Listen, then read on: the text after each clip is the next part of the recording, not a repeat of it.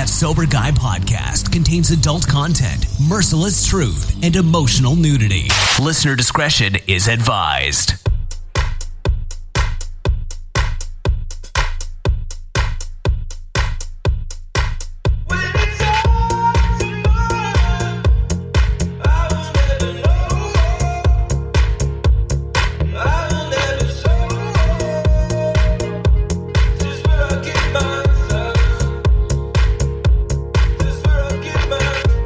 Yo, what's up? Thanks to Humans for bringing us in.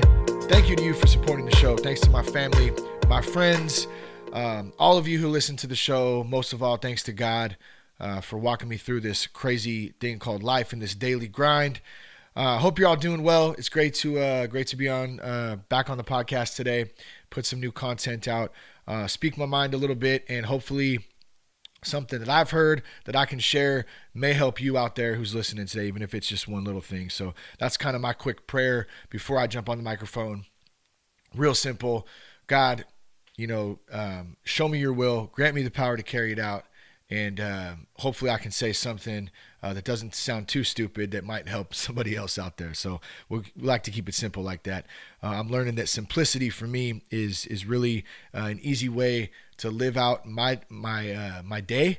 And if I get up in the morning, throw my quick meditation together, sometimes it's longer, sometimes it's shorter. It just depends on the morning, on what I got going on. It's important for me to be flexible in that and then give myself some grace if I don't hit exactly what I had planned on. I do my best to do that, to hit what I planned on, but sometimes it doesn't work out like that.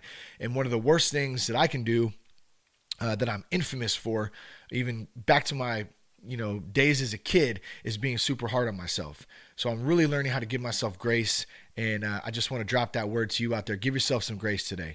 If you've been through something and you're kicking your own ass around, beating yourself up in your head, give yourself some grace, man. It ain't the end of the day. You can pick yourself back up and you can move on and learn from that and start over. How many of us have had to do that? I know I've had to do it many, many times. I'm sure I'm going to have to do it many times again in my life moving forward with different challenges that are thrown at me. I wanted to talk a little bit today about the importance of a group setting. Is it a small group? Is it a recovery meeting? Is it a group in your church? Is it a group with a couple of friends that you get together that you trust? I'm not talking about the same old homies that you kicked it with for years, and have a barbecue and you get together and that's your group. That's not what I'm talking about. I'm talking about a group of like-minded individuals, of men or women who lift you up, okay, who are there to share experiences, and that's who you trust, and you build that. You don't obviously just jump right into a group and trust everybody. You might not know everybody in the group. We had our second group this last week, and so I want to give a shout out to our Vacaville men's group. A bunch of good dudes in there. Couple of them close homies of mine, a couple of them I've just met recently who seem like solid dudes. And the more that we meet and we have discussions and we hang out and we kick back and we talk about all kinds of things. We talk about sports, we talk about work, we talk about God, we talk about marriage, we talk about kids. We joke around and talk about farts and make stupid ass jokes at the same time. So we have some fun. It's just about that camaraderie and building that trust. And, so we met this last week, and man, I can't tell you how much I've taken away just in meeting two times. Like I said, this was our second meeting. On this second group meeting, how much I took away that night, just from all of the different ideas and thoughts and conversation that went on. And it's such an important thing because I don't have a compass to navigate through this life perfectly. I don't know how to do everything, and I'm totally fine, saying that today, and thank God for that, because I used to kick my own ass around for it, not giving myself grace for the things that I didn't know, or the things that I didn't do perfectly or didn't do correctly, or whatever it is. And how am I supposed to know unless I'm out, talking with other people, learning about things, learning about different ways of thinking, different ways of parenting, different ways of being a solid dude, a solid husband, a solid friend, a solid man who's trying to follow God and be the best that I can be, when at the same time, some days I'm the worst that I can be. Some days I'm far from, doing things and saying things and just, being a dumbass. I'm human, and I'm working on it. That's all I can say. And without groups, without support groups, whether it is, like I said, is it a church? Is it your men's group that you meet with through the church? Is it a recovery meeting? There's all different types. Is it a mastermind group? There's all types of different groups that you can be involved with, and it's I know for me it's such an important thing, and I'm involved in a couple of them. We have our church. We have a men's group, the one I'm just talking about that we just started. I have my meeting with my friend Buddy and my sponsor. I always feel weird about saying sponsor. Buddy's a friend of mine. I don't think that it ever says sponsor in the big book. I could be wrong about that. I'm just a weirdo with verbiage.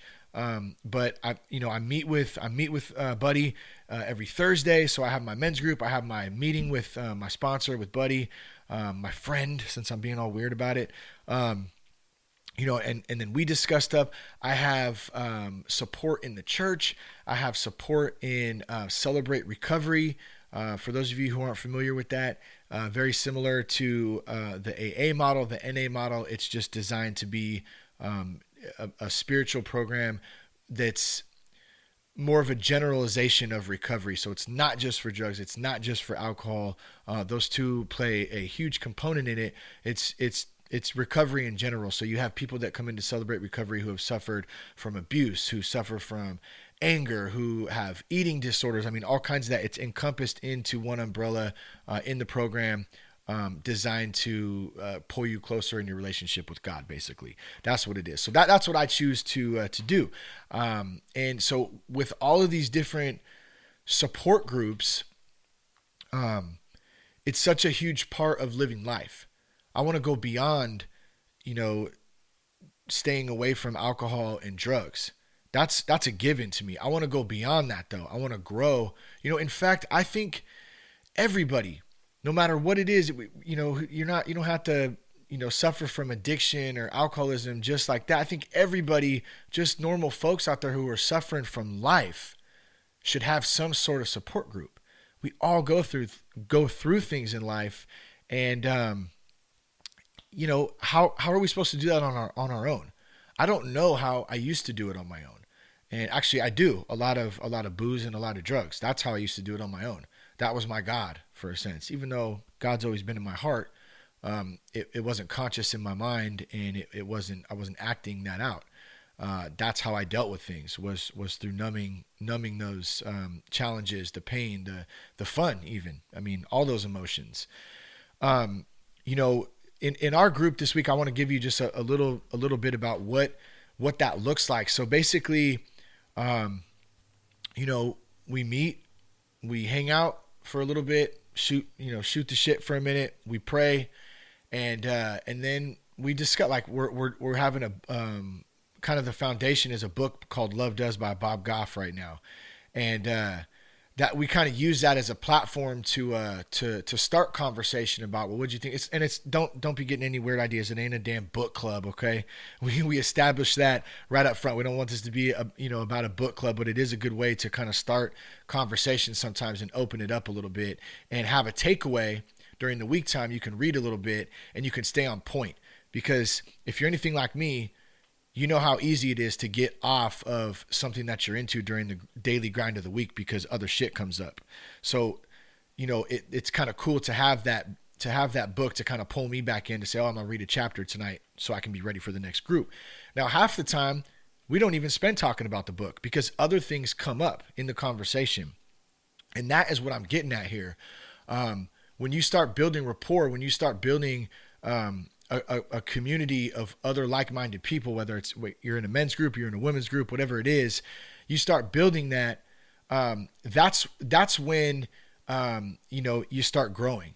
And I'll speak for myself. I know just in week 2 of this group, I've already grown a little bit because I was having some crap happen this morning where I wanted to kind of lose my cool a little bit. And I went back to the conversation, to the things that I had heard from the other guys in the group on how to deal with things. And I also thought about things that I said in the group that, that I know in my mind, but then in the heat of the moment, I might not do what I was saying. And so it was a quick reminder for me, like, hey, you can't just talk the talk. You need to walk the walk, right? So, and I'll give you a quick example of it. It was just a little bit of frustration and anger.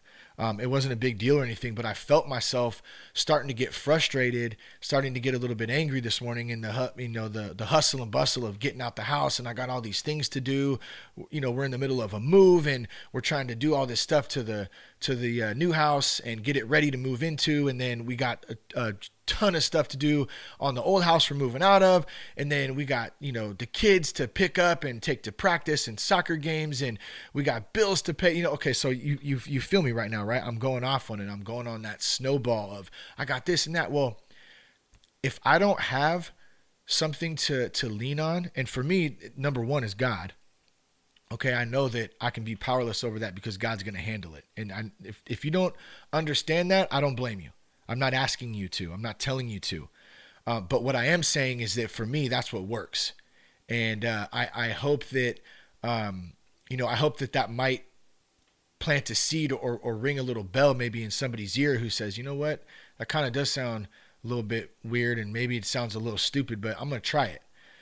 Because I know for me, when I can take a breath and kick back and say, okay, you know what, God, show me your will, grant me the power to carry it out. That's all I can do because pretty much I suck when I'm making my own decisions. And, and I say that lightly. I'm not being down on myself saying, oh, you're suck and you're terrible. That's not what I'm saying at all. But what I'm saying is I'm laying down that pride, that ego. I'm okay with not knowing stuff. I'm okay with sucking at stuff, and I'm going to try my best to get better. And when shit hits the fan, I have God to lean on. I have a group of other like-minded men who've been through stuff that I can bounce ideas off and that I can talk to. And, I also have family. It's not just that too. I have family. I have friends. I have a great community of people that surround me to help keep me on point, because without that, I'd probably be in the gutter somewhere if I was even still breathing, so let me bring this back full circle. I'm just stressing the importance of having that community around you. And like I said, it goes beyond not drinking and not using drugs, and I don't want to, kind of, what's the word I'm looking for? Not desensitized, but I don't want to downplay. I don't want to downplay that right now. If you're in your first, day or your first month or your first 6 months or your first year even of trying to stay sober, it's a tough ass thing. And that should come first, trying to stay dialed in. But I'm just kind of looking at the overall bigger picture here of life in general. For me, the alcohol and drugs was just a symptom of me not being able to deal with life. So I still got to deal with life. I took the drugs and the alcohol out of it. What am I doing to replace that and be able to deal with that? Is it, is it a program, AA program, NA program, Celebrate Recovery program, a men's group, a women's group, surrounding myself with people who lift me up and don't bring me down? Is it my church? Is it, is it a certain hobby? Is it going to the gym? Is it taking up running? Because I want to just, I need to burn the stress off. We have to use things to fill those voids whereas before, we use the drugs and the alcohol to fill those voids. Not healthy, not cool. Definitely am glad that part of my life, at least up until today, is over. And I just say that because I'm not trying to jinx myself and get all weird and ahead of myself either. I can only speak for today, and that serves also as a good reminder to live in today. And so as I say that, I'm actually not just saying that, I'm embracing it, because to be honest with you, I've been living in about a week or two ahead of time right now, because my mind is like a chessboard, and I'm constantly making moves. I'm going to do this and that and this and that. And then Wednesday I'm going to hit here, Thursday I'm going to hit there. Then I'll backtrack if I need to. I can always come back to the house on this day and that day. And then, dude, that's a lot. I just freaked myself out just saying that right there. So how do we unwind all that stuff? We unwind it by talking about it, number one. We unwind it by bouncing ideas off other people that we trust and that we respect and that build us up, and we know they're going to be there for us. So if you're looking for a group, go online and look in your community. What kind of groups are there? What churches, if you're part of a church, or if you want to find a church, do they have small groups in there? I know our church has a ton of small groups. If you don't want to go to the church, find an AA group, find a good meeting, find a spot that you can go to, and start, showing up. I mean, that's one of the things my and all the people in our men's group, of course, are going to remain, nameless or whatever. But one of the guys in our group pointed that out. He said, man, the hardest thing is just showing up. Just show up. I think what I just did 2 episodes ago was titled Just Show Up. I mean, you've won half of your battle right there just by getting your ass to whatever meeting or whatever group or whatever function you're supposed to be at. That's a win. Just getting there. That's the hardest part. Once you get there, everything else will fall into place. So if you're looking, like I said, I mentioned the church. I was going into AA, to NA, Celebrate Recovery. You have those platforms there. You can Google all that stuff, and I'm sure it'll come up right in your community. Start stepping out a little bit. How can I grow if I'm not stepping out and meeting new people? I had made the comment in group the other night about how I have friends, for 25 years, that I can't talk to them about certain things. Not because we're not good homies, like I've known them since we're kids, but they know me as they used to know me. And so, and that's not all of it. A lot of them, I shouldn't say that, because, of course they know me for who I used to be. If you've known someone that long, you've been through a lot of shit with them, right? But sometimes it's just not the same as meeting somebody, and building a new friendship, a new relationship with somebody, based on who you are today, if that makes sense. It's different.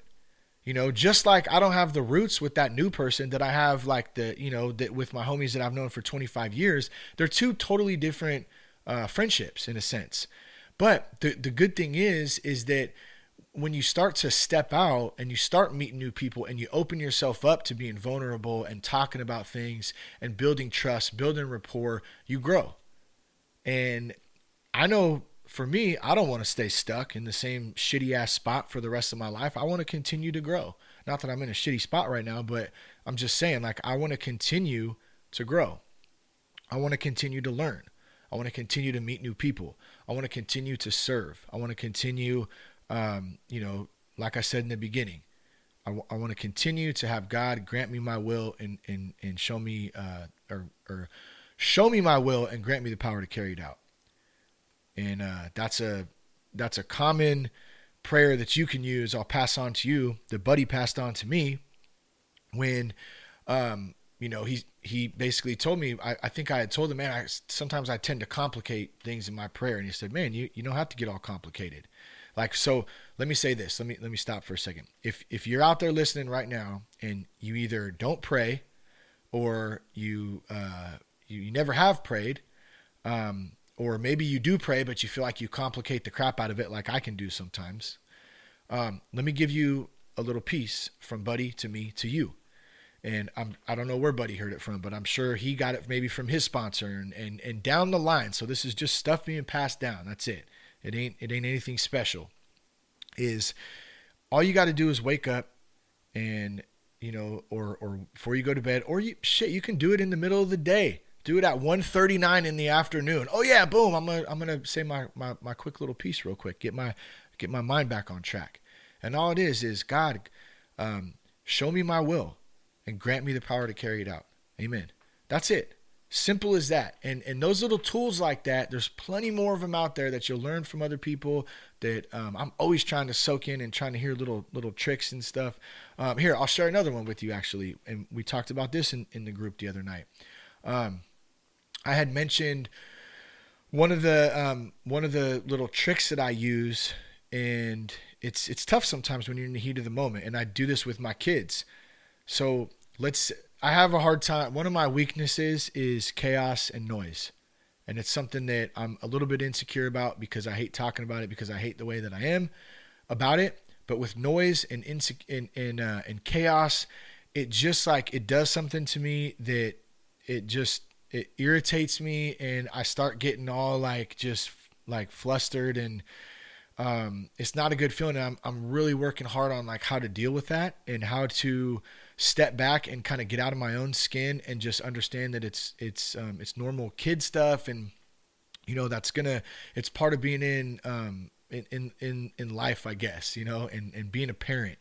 And so one of the things that I've been trying to do when I start getting frustrated, when I start, and you can apply this to any situation. I'm just applying it to the kids because that's the one that I know best, where I actually use this is well, I guess you kind of can't apply this to any situation, but you could probably recreate your own little twist on this. So what I've been doing is I remind myself that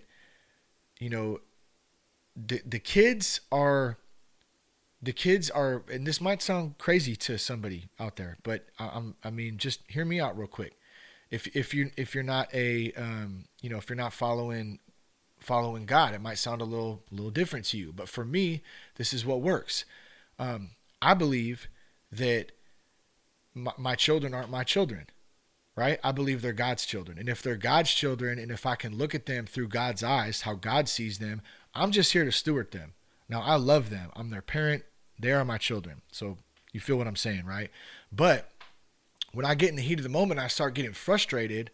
I have to ask myself, how would God, treat his children? How does he treat his children? He treats them with love and kindness and compassion. He doesn't get angry at them, even when we screw up. When I'm screwing up all the time, God's not telling me, "Damn, Shane, you're a real piece of work right now." I was gonna say piece of shit, but I don't think God would curse at me like that. He'd say but he doesn't get down on me, is what I'm saying. And so I'm trying to equate that to my kids. Like, why am I going to get frustrated with them when they're just being kids, even if they do goofy stuff? I mean, hey, it's part of being a kid, right? You do goofy stuff sometimes. I have to step back and say, I'm here to steward my kids and to be a great example to them. And that was something that came up in group the other night that I just thought was so valuable, so crucial, no matter what age your kids are at. When I use that and I'm able to keep that in perspective, man, dude, I'm such a better parent. I feel better. I feel like I'm doing the right thing. I'm not acting on emotion. How many of us have acted on emotion with our kids or shit in general, in anything in life? How many of us have acted on emotion? I do it on the daily, probably. I'm really trying to work on it, but just a little tip and little tip for you, little tool. When you get in that moment, you can think of that. You can say, wait a minute here. Let me stop for a second. Let me take a breath. And there's tons of other tools out there. Make your own little tool up. What's your own little trigger, saying or word or prayer or whatever it is. Put it on your phone. What I have on my phone is I have alerts on there, reminders that go off at 6. Let's see. Let me check right now. I just picked my phone up here. So I have at 5 a.m. On Awakening goes off on my phone, and that's on Awakening from the big book of Alcoholics Anonymous. So every morning, on Awakening, let us think about the 24 hours ahead. We consider our plans for the day. Before we begin, we ask God to direct our thinking, especially asking that it be divorced from self-pity, dishonest, or self-seeking motives. Under these conditions, we can employ our mental faculties with assurance, for after all, God gave us brains to use. Our thought life will be placed on a much higher plane when our thinking is cleared of wrong motives. Now check this part out here, right here. This is my favorite part. In thinking about our day, we may face indecision. We may not be able to determine which course to take. Here we ask God for inspiration, an intuitive thought or a decision. We relax. We take it easy. Take it easy, Holmes. We don't struggle. We are often surprised how the right answers come after we've tried this for a while. I mean, that's huge right there. That's huge. And that goes back to what I was saying earlier. We don't have to carry the weight of everything. We don't. We're not designed to do it. I'm not smart enough to do it. I'm not strong enough to do it on my own. I'm not designed as a human being to carry that weight of the world. So who do I give it up to? I give it up to God and my Savior, Jesus Christ. That's it. That's for me. Maybe that's not for you. I hope it rubs off on you. Check it out sometime. Whatever it is that works for you, practice that in your own way. Create your own little version of it. What was the other? Let me check the other alert, because that's what I was going to. Then I went on to On Awakening because it's such a phenomenal thing. So On Awakening goes off at 5 a.m. for me. At 6 a.m., keep your blood clean, your body lean, and your mind sharp. So blood's definitely clean, mind sharp, body lean. I'm working on that one kind of right now. That's a tough one for me. That's always been a tough one. Who doesn't like some good food? You take the booze and the weed and the drugs and the partying out of there, man. You take the good food away too, man. It's like, damn, what do I have left, man? I want to eat some cheesecake sometimes. I want to eat a pumpkin pie now that we're getting into the harvest season. The harvest season. You like how they changed that? They went from Halloween. I still call it Halloween. I see all the signs up. It's a harvest festival. It's fall and it's Halloween time. And then we have Thanksgiving. So just keeping it real right there. Let's see. 8 a.m. I'm here to serve God over everything. And just real quick, once again, recap. These are daily reminders I have on my phone. They go off at these times every day to help keep me up, or keep me on, so I get a little quick alert when in my little grind. 8 a.m. I just burped right there. My apologies. 8 a.m. I'm here to serve God over everything. And then the last one goes off at 12 p.m. I should probably set a nighttime one now that I'm seeing this. I don't have an evening time one before I go to bed. So I'm actually going to do that when I'm done. I'll find something that works before I go to bed. The 12 p.m., I put this on to kind of alert me halfway through my day. If I'm having a great day, awesome, it still works. If I'm having a terrible day, this really works. And it says, I am no longer running the show, God is. That's it. Simple as that. I'm no longer running the show, God is. Good stuff right there. I want to, let's see here. I'm just closing this out really quick right here. And we're gonna wrap this thing up in just a minute.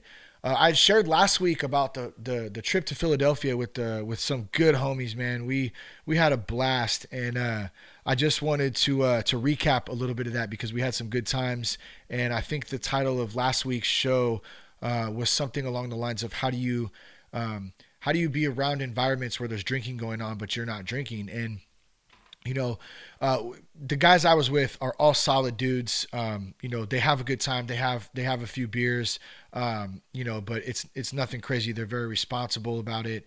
They can do that. I can't do that, it seems, so I'm not ever going to go down that road. But the question kind of was in last week's show is how do you go on a trip to Philly and have a good time and not drink? And I'm here to tell you that it's so possible. Man, I had an absolute phenomenal time. We did so much stuff. We stayed on Cater Street in Queens Village. And the only way I can equate this, and to you folks out there who are from Philly, you obviously know what I'm talking about. And if I get any of this stuff wrong, my apologies. I'm a California born and raised son over here. So, this Philly trip was like my really first experience of the East Coast, and it was absolutely amazing. Everyone was cool. We did so many things, but we stayed in this little spot, and you went down this alley to get to the place, and it was just really, really cool. Lots of brick. I love the brick around Philly. Just had old school brick everywhere. And the only way that I can describe it for me was like a dialed down version of Haight-Ashbury in San Francisco, where you got a lot of you have some, vintage stores and antique stores. There you had some cool independent little coffee shops. You had quite a few tattoo parlors. You had Jim's Steaks. I guess, which is I don't even know if it's Jim Steaks. I think it's just Jim's, and it's a cheesesteak spot. I actually didn't try it. The guys came back late one night. I was already back at the spot, and man, these dudes came in and they literally woke my ass up with the stench of Jim's cheesesteaks on them. Man, they came in and they were laughing and having a good time and stuff. And man, apparently Jim Steaks, for some of them liked it, some of them didn't. That's one thing I notice about the Philly folks out there too. Everyone's got an opinion, and I really appreciate that, because to me, that's true freedom, that's true liberty, is everybody having an opinion, whether or not you think you're right or you're wrong or I'm wrong. We can respect each other's opinions. And out there, that's one thing that I learned that was really, really cool, is that it seemed like even though someone had a different opinion, they were cool with that. And I think California can use a little bit of that shit, but I'm gonna stay off that path right now, and jump back into our trip here. We did so many things. We did Independence Hall, absolutely amazing. We did City Hall. We did the Constitution Center. That in itself, just seeing where they signed the Declaration of Independence, the Constitution, was really, really cool. Ben Franklin is a G. I never noticed how many things that dude did in his lifetime. I mean, they had a plaque of all of his accomplishments, and it really just made me feel like a real piece of shit that I've never accomplished anything in my life, because this dude you go down the list and it's like, oh, he made the first, something with the light, right? He was the first one who kind of showed how to do light. I know he didn't invent light. That was Edison, I believe, right? If I'm wrong there, sorry, my apologies. But the things that he did, the inventions, the history he helped create, it was really, really cool to see. We saw his grave site. It was funny. We didn't want to pay the $2 to go into the grave to do the little tour, and they had these this fence right by his grave, and you could stand on the other side of the fence. And so basically, we're standing on the other side of the fence watching the tour, and they're kind of giving it, and we were talking about how cheap bastards we were for not paying the $2 to go in. And we decided not to ask the tour guide a question, because it probably wouldn't enjoy that too much. But it was cool to see his grave. They had, you kind of you could flick up pennies around the area. Like, I don't know if it's a good luck thing, or you kind of make a wish, I guess. That sounds kind of goofy to me now that I think back about it. It's Ben Franklin, and that's I almost feel like it's a little bit disrespectful now that I think about it. Anyways, I don't know. I'm getting off track there as my mind starts to wander, but Betsy Ross's house, where they crafted she crafted the first American flag, that was really cool, just to see how they had her house set up, how it would have been, back in those days where, the life was just so different back then, and it gave such a appreciation for me to where our country's at today, which is in a tough spot, but at the same time, the will and the pride and the love, that we have as Americans and as a country together, when we band together and we don't let those high sources, the who hold the power, divide us. I will say this real quick, and I'm not going to get on this because I understand this platform, and what it's about, but I don't feel right without speaking on it a little bit, is that there are very powerful corporations and powerful people out there who are, life is a game to them, and their ultimate goal is to divide us as a country. And they want to divide us by race. They want to divide us by religion. They want to divide us by sexuality. They want to divide us as many ways as possible, because divided, we are a very weak country. And so, I've had many of these thoughts and many of these feelings for a long, long, long time, as I've studied into kind of geopolitics and the globalization of everything. But after visiting Philly, it just really restored some of my faith, and it also really motivated me to speak up a little bit more. And so I feel like I want to do that very briefly here. Oops, my phone's ringing. Josh, I'll have to call you back real quick, homie. But divided, this country will not stand. And so I just want to give some words of hope here. I don't care what color you are, what race you are, what religion you are, what sexuality you are. If you're an American, you're an American. If you're a person, you're a person at that too. Like, I understand we have different countries and all that, that's a whole different topic. So let me just stick with the United States of America, the beautiful country that we live in. If you're American, you're American. There's nothing more to it. And in my mind, we need to stop talking about, and grouping ourselves and dividing ourselves and letting, media and money divide us, because it's really destroying us from the inside out. And it's important to awaken. I don't know if anybody has heard the term, you need to get red pilled. But if you haven't heard that term, shoot me an email or look it up. And, I know I continue to educate myself on the daily, not just on recovery, let me kind of tie this in, because it does tie into recovery for me, because world politics and things going on, that are blasted across news channels and that are blasted across our media and that are conversation, going on everywhere, like, horrific events that have recently went on. I'm not even going to go into that. But those types of things can affect us. They affect our souls, and they affect, they can affect our recovery. They can affect the way that we deal with things. And so not only is it important to stay in tune to your recovery program, and stay in, those groups and have communities surrounded, like we talked about earlier in the podcast, it's also very, very important to educate yourself. And you can do that. I'm telling you, I started it about 15 years ago, and I literally said, man, something is not right. Like, something does not seem right. Like, what?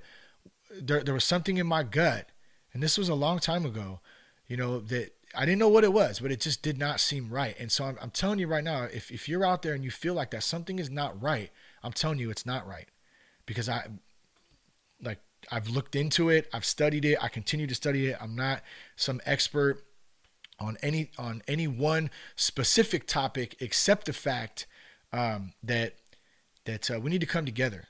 We need to come together as a people and knock off all the bullshit, and don't buy in to the media hype and to everything that's going on. We need to find independent sources for our media, and we need to educate ourselves.